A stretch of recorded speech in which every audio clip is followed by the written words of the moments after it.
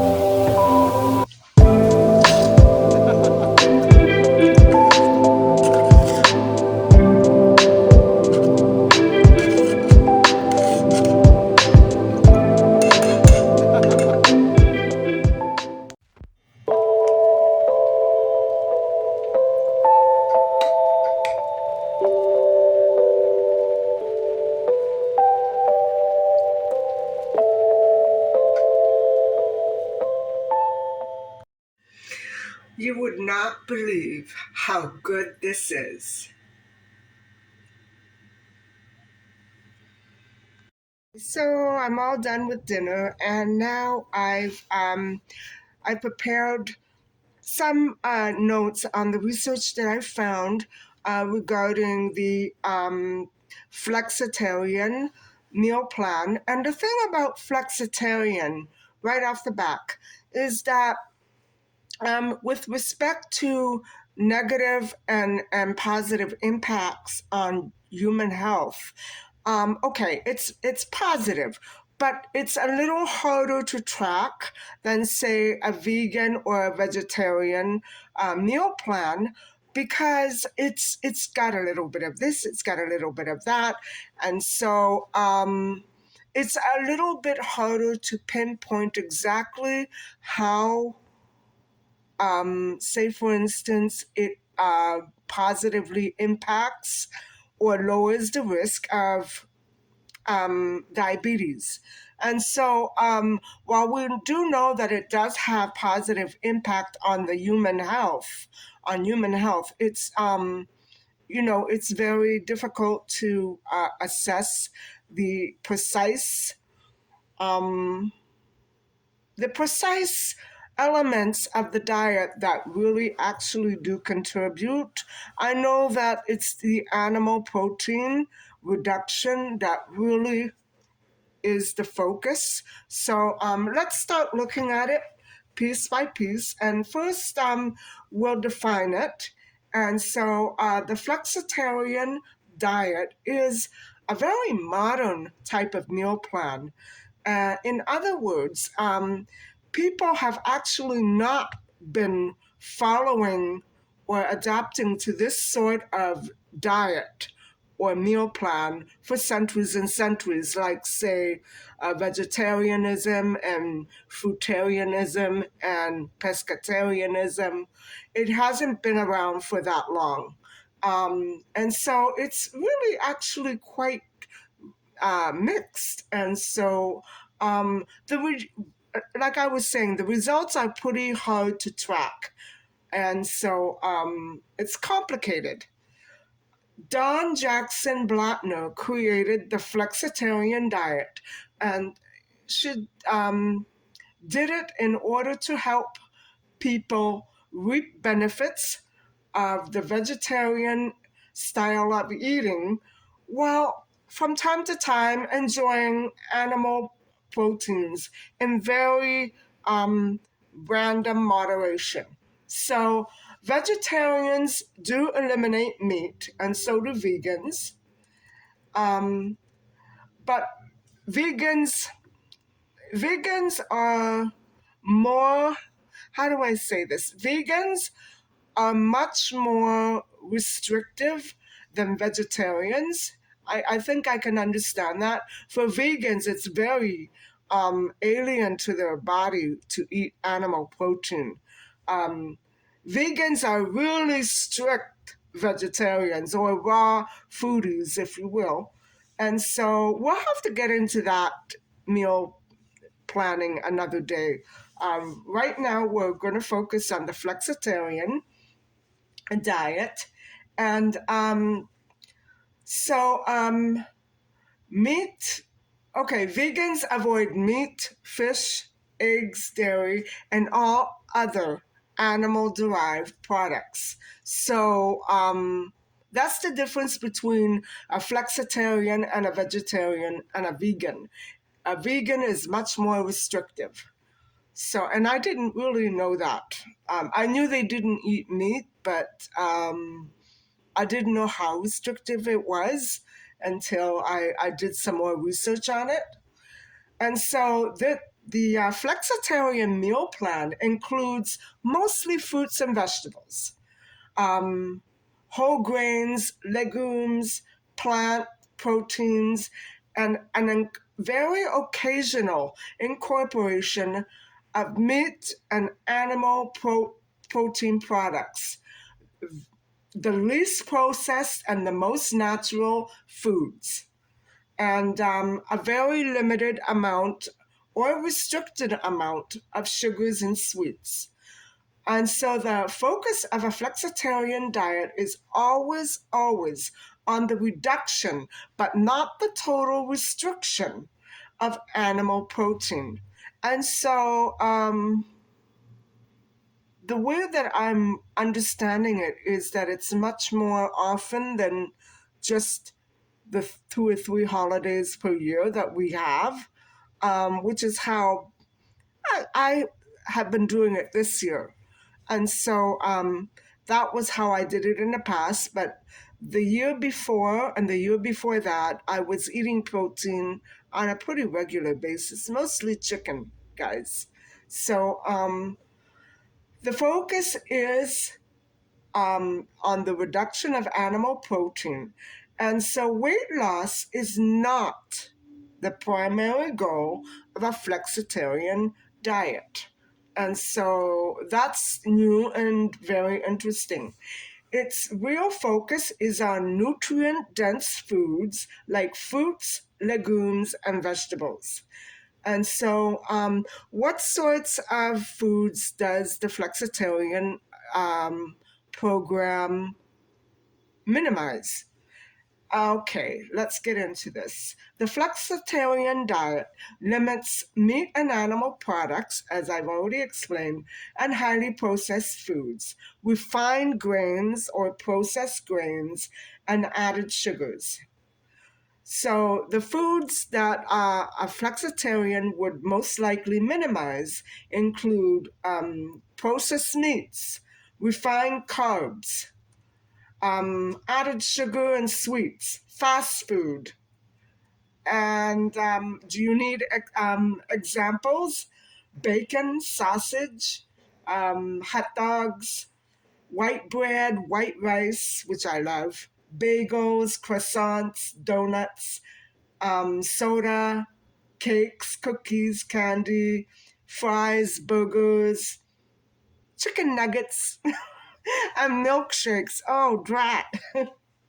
So the proteins that it does focus on are typically plant-based. And so examples include soybeans, tofu, tempeh, legumes, lentils, and non-starchy vegetables. That includes all green vegetables, bell peppers, Brussels sprouts, green beans, carrots, and cauliflower. It also includes starchy vegetables like the starch solution. And so that includes winter squash, peas, corn. I didn't know peas were a starchy vegetable. Sweet potato and potatoes. So, anyway, the fruits are apples, oranges, berries, grapes, cherries. And then there are whole grains like quinoa, teff, buckwheat, and farro. Nuts, seeds, and other healthy fats, which include almonds, flaxseed, chia seeds, walnuts, cashews, pistachios, peanut butter, avocados, olives, and coconut. Plant-based milk alternatives or dairy alternatives include unsweetened almond, coconut, hemp, and soy milk. Herbs and spices and seasonings include basil, oregano, mint, thyme, cumin, turmeric, ginger, soy sauce, apple cider vinegar, salsa, mustard, nutritional yeast, ketchup, and beverages, sparkling water, tea, and coffee. And so, guys, it does minimize, but it incorporates much, much, much more than it minimizes. And so, I actually do look upon this and the pescatarian diet as two of the most healthiest alternatives to the meat eating, the traditional meat eating diet, which really does do adverse things to the human body. So, in the long run, when incorporating animal products, it says that people should choose eggs that are free range or pasture raised, poultry, organic or pasture raised poultry, wild caught fish, grass fed meat or pasture raised meat, organic dairy from grass fed or pasteurized animals. Boy, those are hard to find. You know what I mean? I would just simply avoid them, usually, typically. And so, now for some of the positive and negative impacts on the human body. Here we go.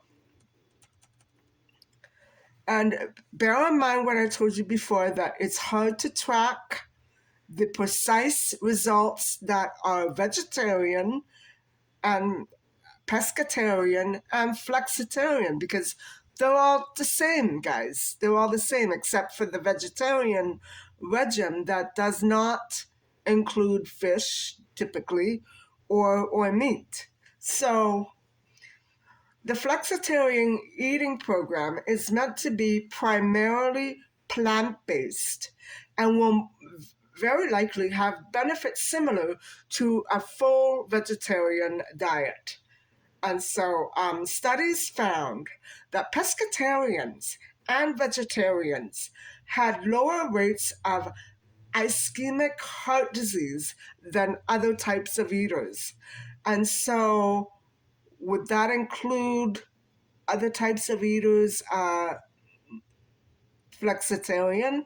Or would flexitarian be in the group, in the first group? So this is what I'm saying, guys. They're not sure. They're telling you right off the bat, they're not sure. I think it depends on how much animal protein you really go for. And so it lowers the heart disease rate. And although vegetarians had higher rates of hemorrhaging and strokes, this is because vegetarian diets are very rich in fiber and antioxidants that do reduce blood pressure and increase good cholesterol. So, again, it's kind of a mixed result, but it's not all bad. I would say that the vegetarian diet, which has been around for centuries, is a good sound one.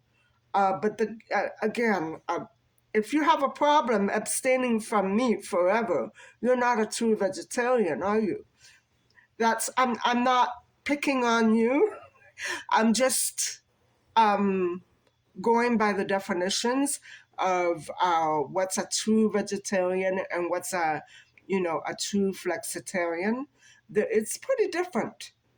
Although they eat the same types of things, it's the exclusivity and the frequency of which certain foods are eaten. So that's kind of ambiguous. A 2020 study on vegetarian, pescatarian, and flexitarian diets found that reduced meat intake created lower body mass index. So that's good. Total cholesterol and blood pressure that was lower than those who did eat meat. So flexitarians do manage weight much better because they limit high calorie, high processed foods and eat plant foods that are much lower in calories. Studies show that people who follow a plant-based diet lose weight more than those who do not follow a flexitarian diet. And so the flexitarian and the vegetarian diets that are close to each other do help with weight loss, although that's not their primary goal, but not as much as a vegan eater does, if you know what I'm saying. Vegan diets help you lose weight much, much more and much quicker. And that has always been something that I've noticed. And so I really want to look up on the vegan meal plan. I really want to do some research on that. So anyway, on to health, diabetes and cancer. So nutritious diets of fruits, vegetables, legumes, and low processed foods are always linked with a lower risk of certain cancers. One study found that a diet that plant eaters were associated with had a 20% less risk of diabetes. A plant-based diet is linked with a larger decrease in diabetes risk. And in people with type 2 diabetes, a reduction in blood sugar is greater than in people with plant-based diets than in those with conventional animal protein diets. And so, guys, that is very, very interesting, isn't it? still, I wish we could track the precise rate at which flexitarian diets are responsible for the reduced risk of cancer and diabetes, just for example, because that would really put it in a clear focus. So, not that I think anybody needs to be convinced that a flexitarian diet is pretty good. Um, but I get the idea that the vegan eaters are the healthiest, although they would have to really scrounge around for their, proteins, make sure they get enough, because some fruits, well, I think it's some vegetables do have vitamin B12, but not all of them. So let's go on and investigate vitamin B12 a little more. The flexitarian diet helps manage weight and reduces heart disease, cancer, type 2 diabetes. However, because research only analyzes vegetarian and vegan diets, it is difficult to know whether flexitarian eating has similar benefits. This is what I was saying before. They can't track it because there's animal protein in there. So they don't know. They don't know what the actual benefits and flaws are. So, all right. So we've already talked about the positive impact on human health. Let's look at the negatives. The downsides of a flexitarian diet include the fact that some might be at risk of nutrient deficiency when they cut back on meat and other animal products, depending on the nutritional content of their specific food choices. And so, nutrient deficiencies include vitamin B12, zinc, iron, calcium, omega 3 fatty acids. And vitamin B12 and 3 fatty acids deficiency is because vitamin B12 is present naturally in animal products that vegetarians and flexitarians are essentially reducing and emitting.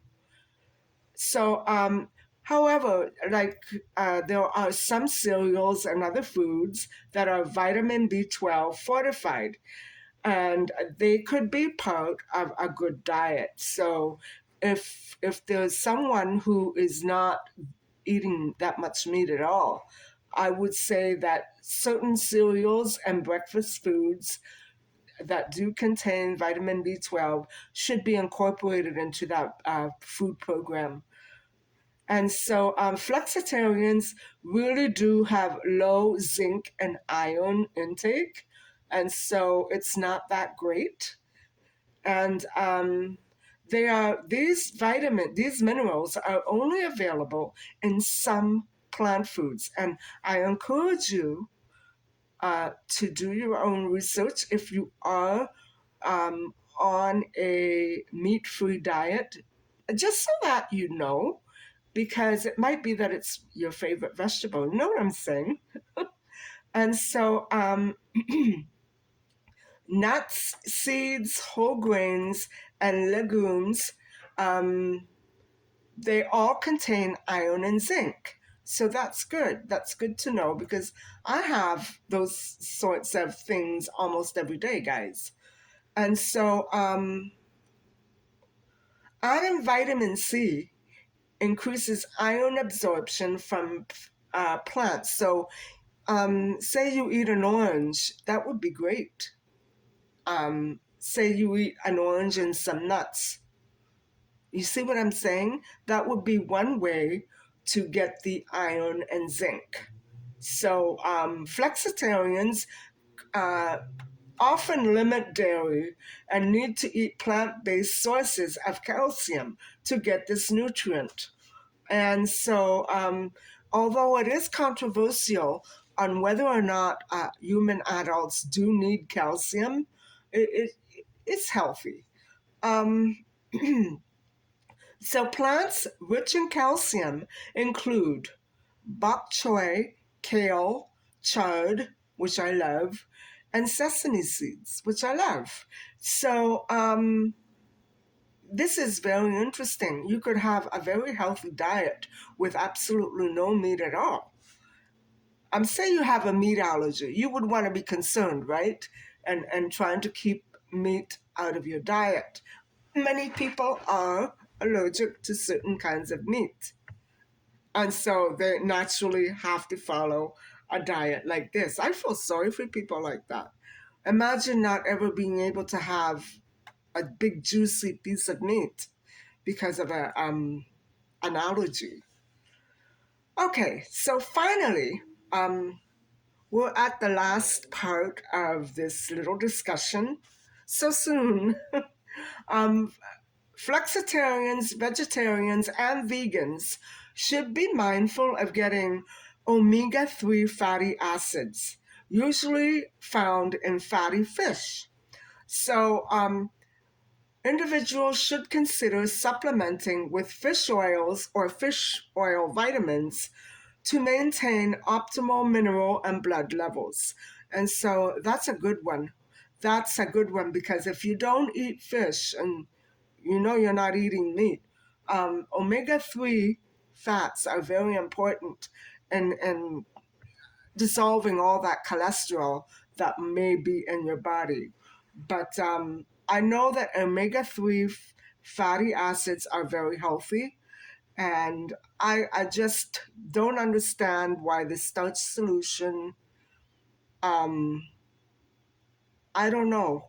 I understand about the starch solution and the starch turning into sugar and fat when combined with fats, but I, there has to be some sort of way around it. And so, guys, that is it for the discussion today. And so I found it so interesting that it's a brand new and very modern sort of meal plan that sort of combines two or three different diets all in one. And I don't know, does it sort of sound like people are cheating if they don't want to restrict all of their animal protein intake? I don't think so. I think that once you've been used to a certain way of eating, it's very hard to cut it out and go turkey. You know what I'm saying? It's like trying to quit smoking, which I thankfully never had to do. But it's hard to do. It's like kicking a bad habit. It is a bad habit. But I think the less you do it, maybe it is like smoking that if you eat meat a little more regularly than maybe you should, it becomes addictive, doesn't it? Especially if you like the flavor of meat, say bacon or sausage, or in my case, hot dogs. Yeah, that can be very addictive. So you have to um, learn how to be satisfied with just a little tiny bit of meat every once and so often. And a lot of people can't do this. It's not that they're bad or weak or lazy. It's just that their metabolism has not been, um, they grew up eating traditional meat eating diets. And so people who have lived like that all their lives, okay, they may have health problems, but it's a very bad, hard, it's a very difficult and hard habit to stop altogether cold turkey and just eat it randomly once in a blue moon. Meat eaters are going to have a hard time doing that. So I guess what I'm saying is maybe you shouldn't wait until a doctor points a finger at you and says, look, you have to change your diet. Maybe you shouldn't wait for that point to come when you're sick and you know that if you don't stop it, it's going to destroy your stomach or your whatever it's destroying. Um, I don't know. I think that being on the safe side is much more comfortable. And I don't know. I used to lie awake at night and worry about meat that I ate and what it would do to my health. I think I was brainwashed. That's all I can say. I'm pretty sure I was brainwashed into reading all those diet books, um, what they said about meat. And although it's true, I don't see a piece of meat being eaten once in a while as fatal or detrimental to your health. It's either one or the other. You can live with it and you can live without it. Um, I don't think that an occasional piece of meat is unhealthy. I just don't. I can't see it that way. But that's just my opinion, and I'm not sure if I can go very long without protein. I've been doing this. Well, I ate protein around Christmas time, and but I've been doing this starch solution for a while now.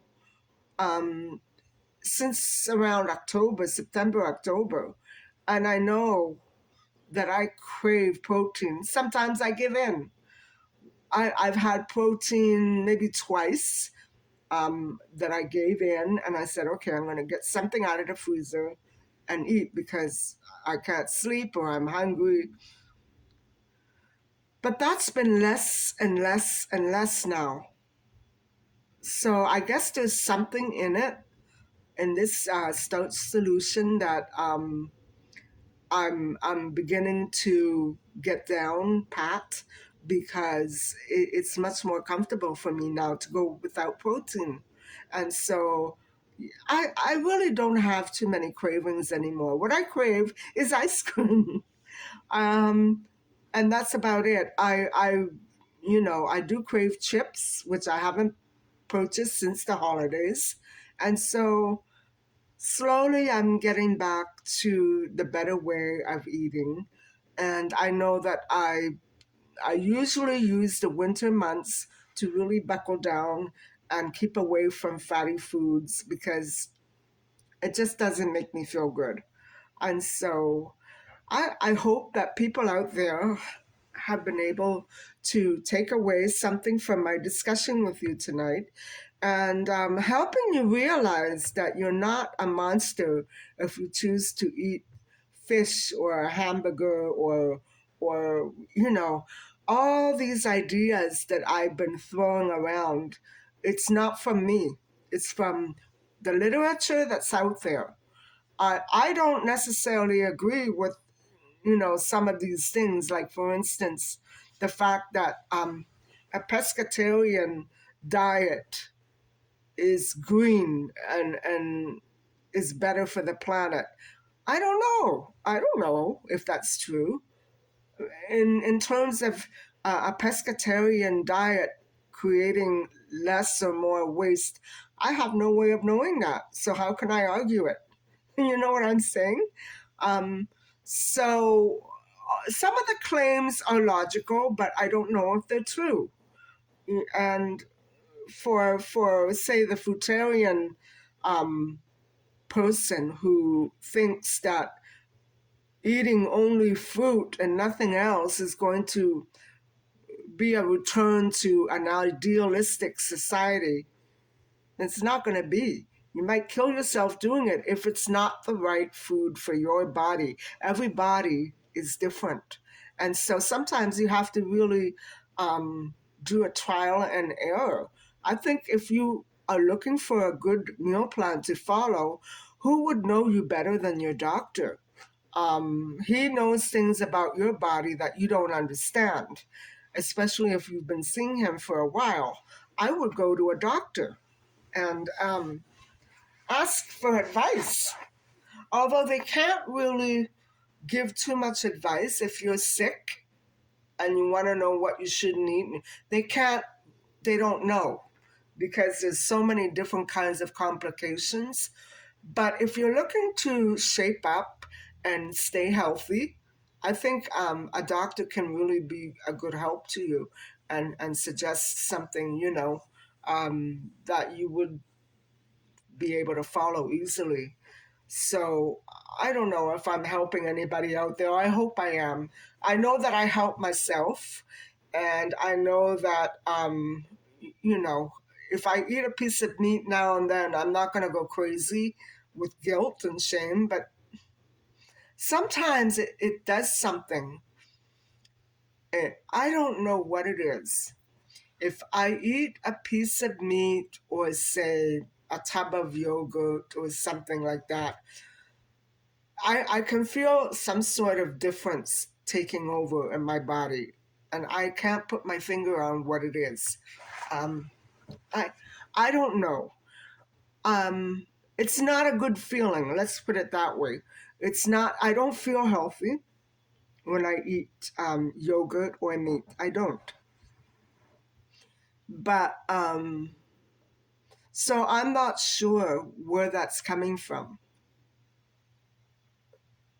You know, I mean, I can have a hamburger and fries and not go crazy afterwards, but I don't feel right. I feel horrible. Well, I don't know why. I don't know why. So I don't know if it's fear or guilt. I don't know what it is. Does anybody else feel like that after you eat certain foods? Um, I know with ice cream, I don't feel anything. I feel sheer joy. So there's something, maybe it's the hormones, because cows and beef, they give off a lot of hormones, and so do chickens. And so I think that's what I'm getting. The emotions of the animal, that was what they were going through when they were being processed for food. That's a horrible thing to say. But I think it feels like I'm picking up somebody's hormones. That's why I don't like meat. It's really, it's not a good feeling, guys. I think it depends on where the meat was processed, or where the steak, you know what I'm saying? Um, I eat very little beef. I don't like beef. But meat does make me feel weird. It's not a good feeling. And so even if the taste is good, I don't feel right afterwards. Anyway, guys, I hope that you've enjoyed listening and watching, and I hope that you were able to take something away from this upload tonight. And although it's one of my shorter videos, I still hope that you continue to come back and watch. Um, I don't know, probably I'll be doing something. Maybe the vegan diet next. I'm not sure. I'm not sure. But I'd really like to continue this series on food, because it's very interesting to get it all put together and decide. Maybe I haven't even found my right meal plan yet. But I don't think I could ever follow vegan. I like my foods cooked. So anyway, guys, I'm gonna leave you here, and I'm going to say goodnight for now. And thank you for watching. And please don't forget to like and subscribe. Bye for now.